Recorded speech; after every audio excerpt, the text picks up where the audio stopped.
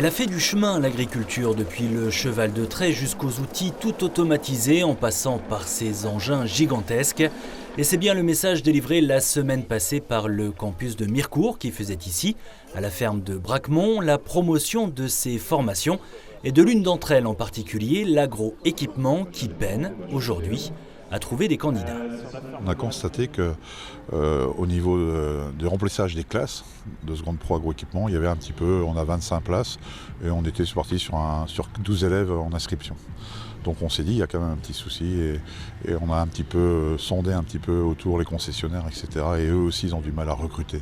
En fait, tous les métiers de la filière agroéquipement sont en déficit. La technologie au service de l'homme, c'est ce qui a séduit Quentin qui savait dès la 4e qu'il voulait faire de l'agriculture son métier, mais une agriculture moderne, tournée vers le futur et néanmoins accessible, même si les outils évoluent très vite.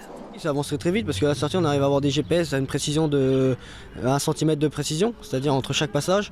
Mais en théorie, chez tous les tracteurs en fait il y a un code couleur. Par exemple l'avancement c'est une certaine couleur, tout ce qui est prise de force c'est une certaine couleur, hydraulique une certaine couleur. Donc, et puis on est formé pour que monte dans n'importe quel tracteur qu'on sache s'en servir du début à la fin. Mais dans cette filière agroéquipement, les deux notions sont importantes, l'agriculture et la technique, ce qui en fait finalement une formation assez complète. Il faut quand même avoir les connaissances, des connaissances au niveau de la biologie du sol, des connaissances au niveau de la mécanique. Mais on va au-delà des connaissances de base parce que maintenant il y a les connaissances de programmation qui sont dans les tracteurs. Et c'est aussi ce qui plaît aux élèves, c'est le côté intuitif des réglages, mais il faut connaître ce qui se passe derrière la machine.